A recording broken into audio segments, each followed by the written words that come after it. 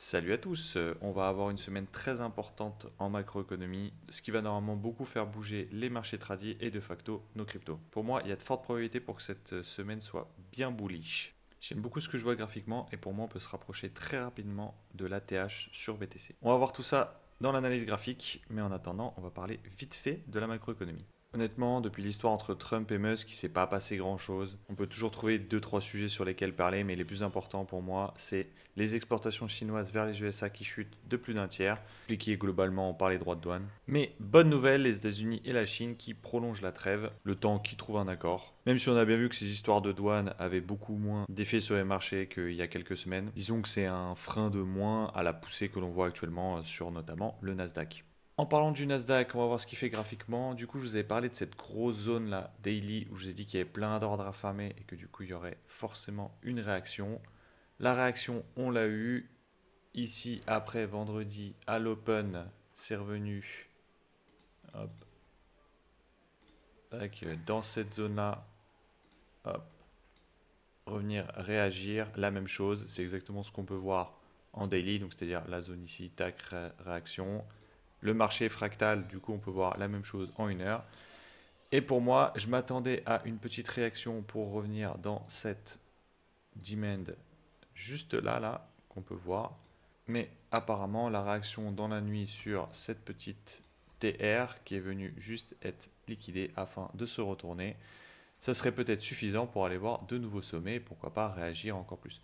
Je m'attends pas à ce que le Nasdaq casse ça en ligne droite. Il y a tellement d'ordres ici. Regardez si on zoome. Ici, on peut voir que c'était le top avec énormément d'ordres, énormément de volume. Donc il y aura beaucoup d'ordres à venir refermer. Donc sûrement une forme de latéralisation, puis de liquidation, histoire de revenir jusqu'ici pour refaire des plus hauts. Donc on peut le schématiser.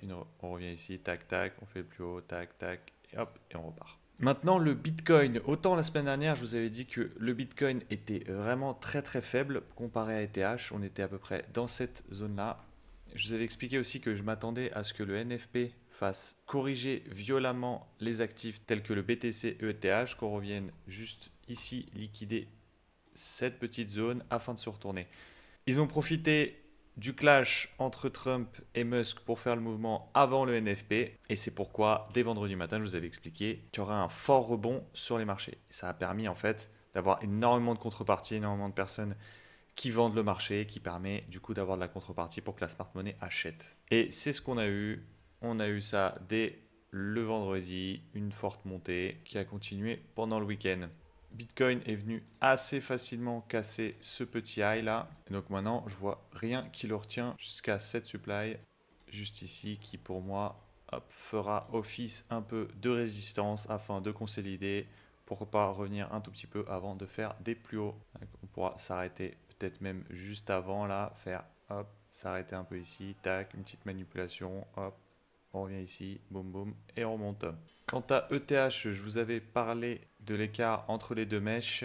Hop, tac, jusqu'ici. Je m'attendais exactement comme sur le BTC au NFP dégueulasse pour qu'on revienne ici manipuler et repartir.